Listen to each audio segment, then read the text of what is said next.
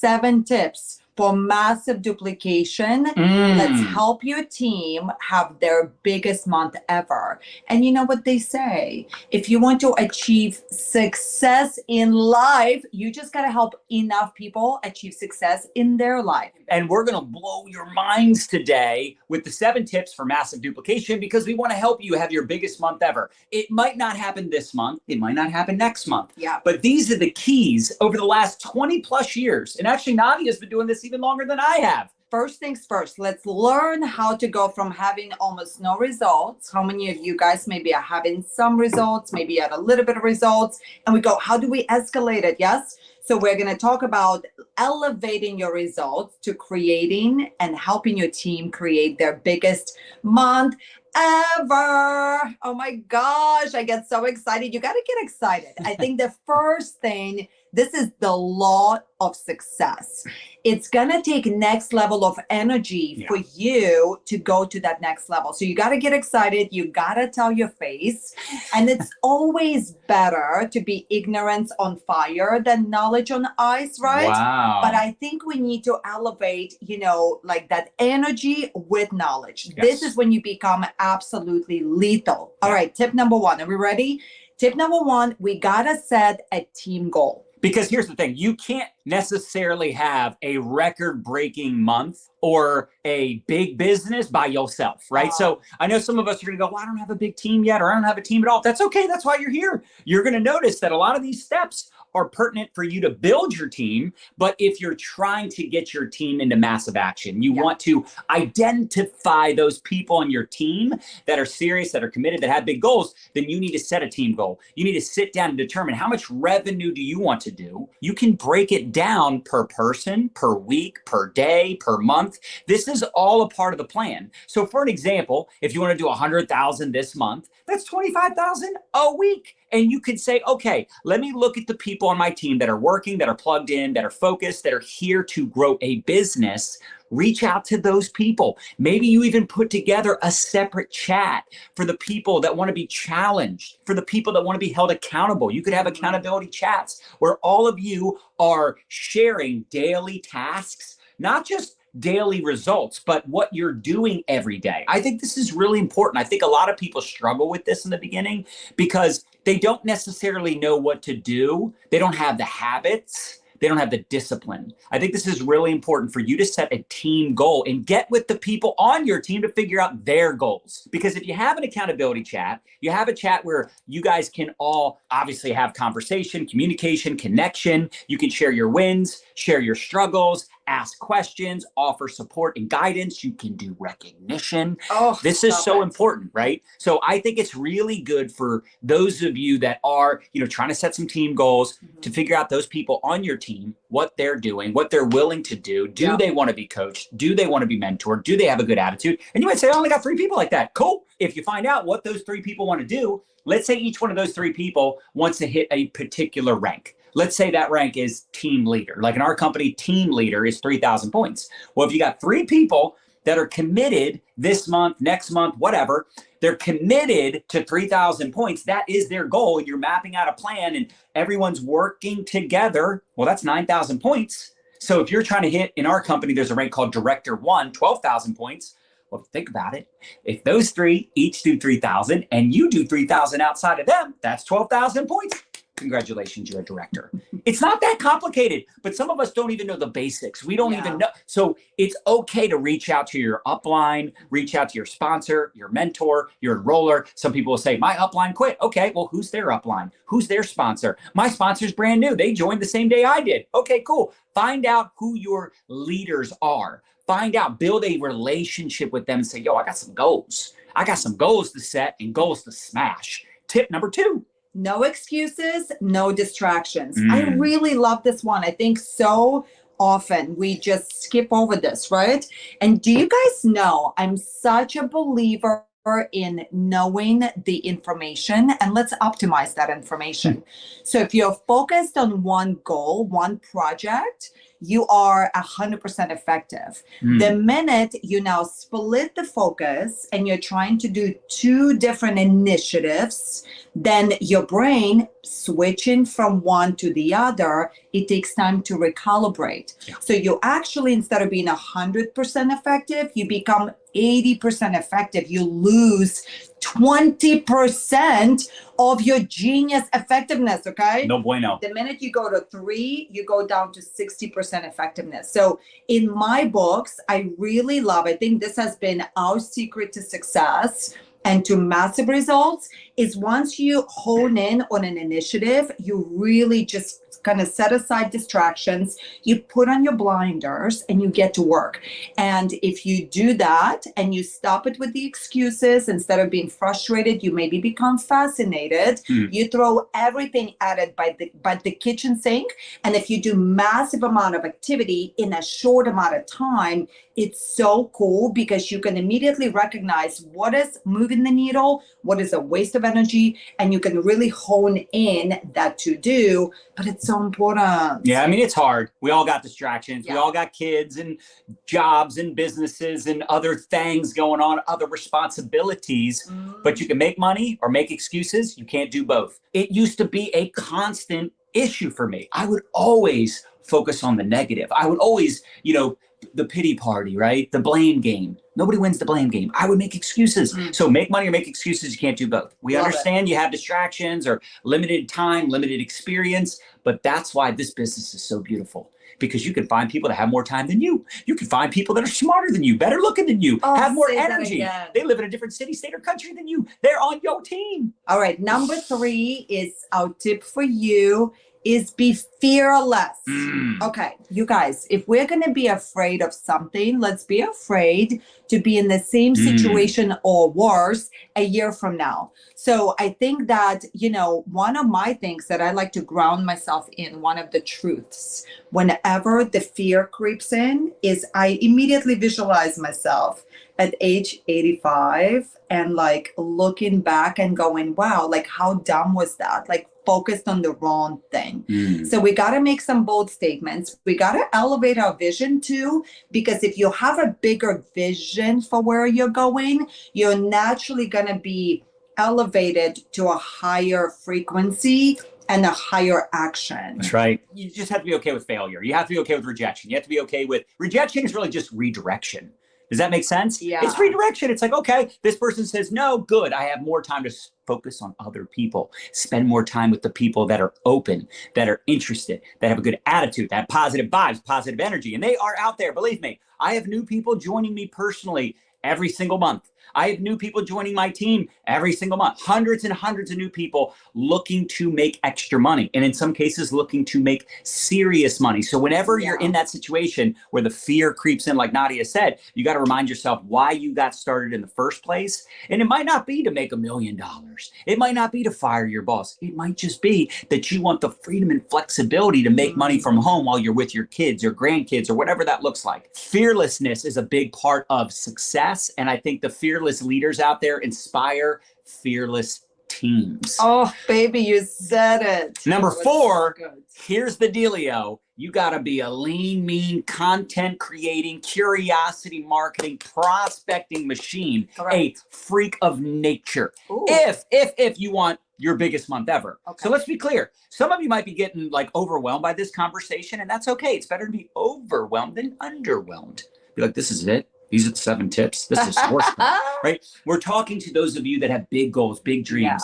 You have big ambition. You want a full-time income. You want to have a record month. And you know what's important? What? In this business, what I love? You want to help other people. You want to know like, hey, here is what it takes to make the big bucks. Here's how we built a massive, profitable business. In fact, we got the #1 team inside our network marketing company, probably one of the top teams in the history of network marketing because of these exact tips and strategies that we're sharing with you. And content is a big part of what we do. Content creation leads to conversation.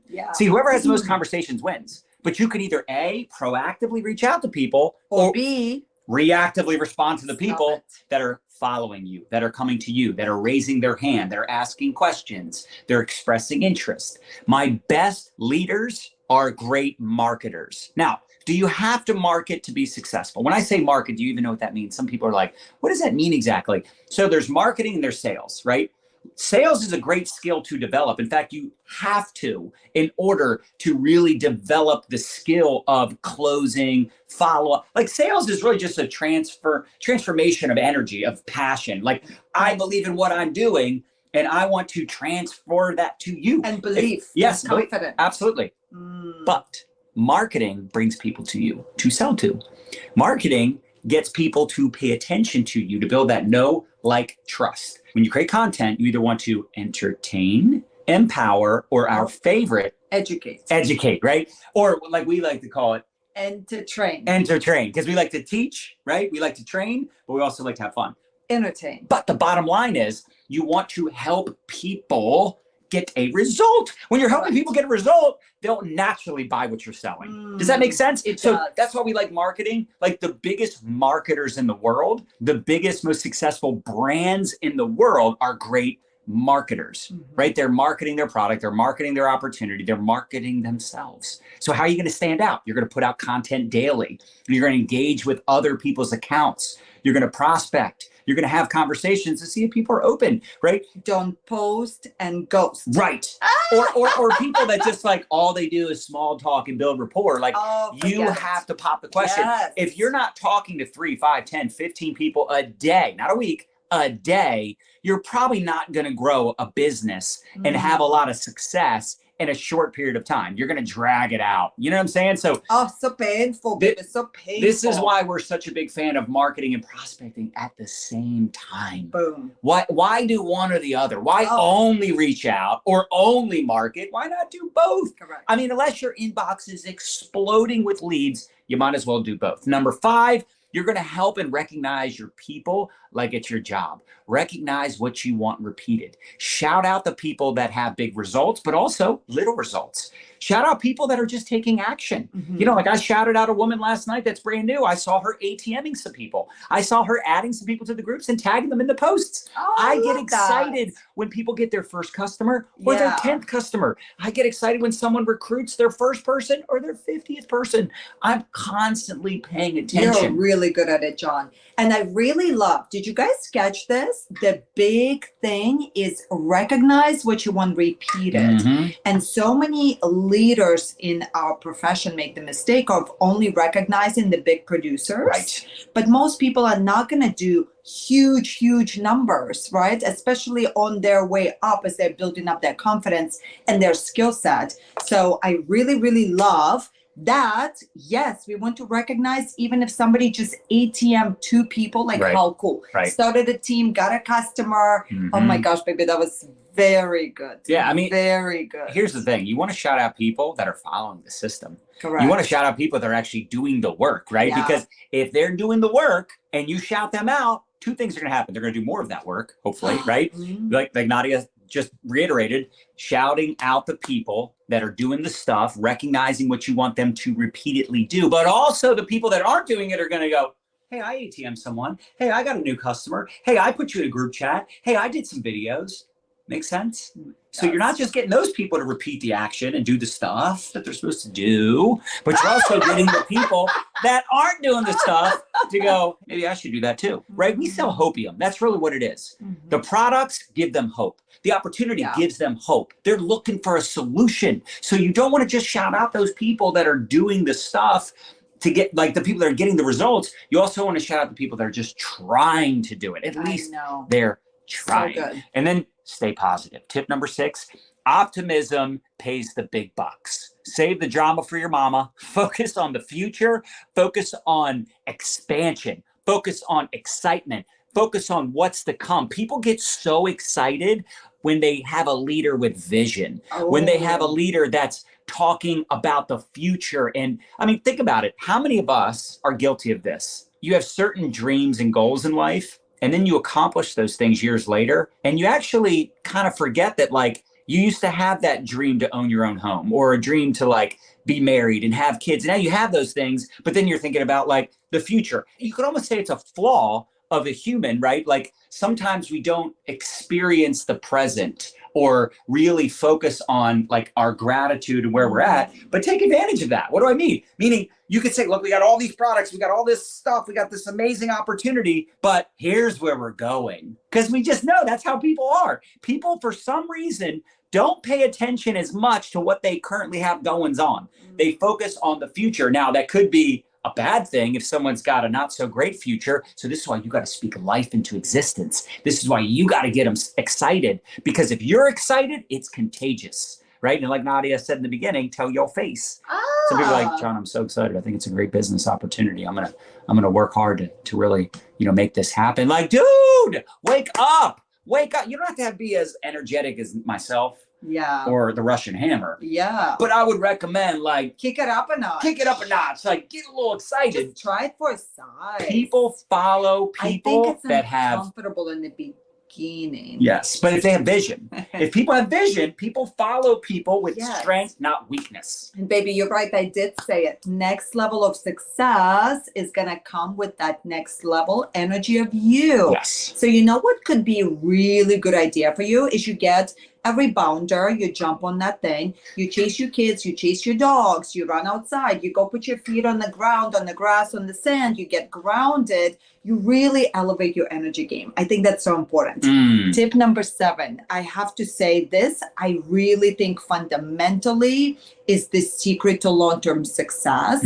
And essentially another word would be consistency, right? But we're gonna say keep pushing, because here's the thing, everything in the universe moves towards disorder, moves away from you achieving. So status quo or natural decline is gonna be just part of life. So if you're not proactive, hear the word proactive, it's just fun to say, versus reactive. I mean, what is that? So we're going to be proactive. We're going to continue showing up. And here's the biggest thing of all is you cannot just show up to do your business like it's a chore. And also we can't just show up and not focus on 1% improvement. That 1% improvement is key, because if you're doing all of your to-dos and you're not seeing the result, clearly we got to get better. When you get better,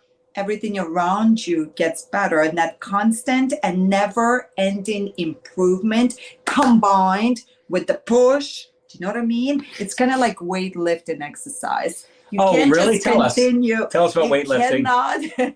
You cannot just continue lifting the same weight. We have to continue to stress the muscle so we can be bigger. Wow. The one keep we don't have in there is keep recruiting. Keep launching your teams. Yeah. Because when you're out there launching new teams, some people say, how do I motivate my team? Go start some new teams. Oh, good. And they see you out there launching new teams. And here's the other thing too. Some people, and I know this sucks, some people are going to join and do nothing.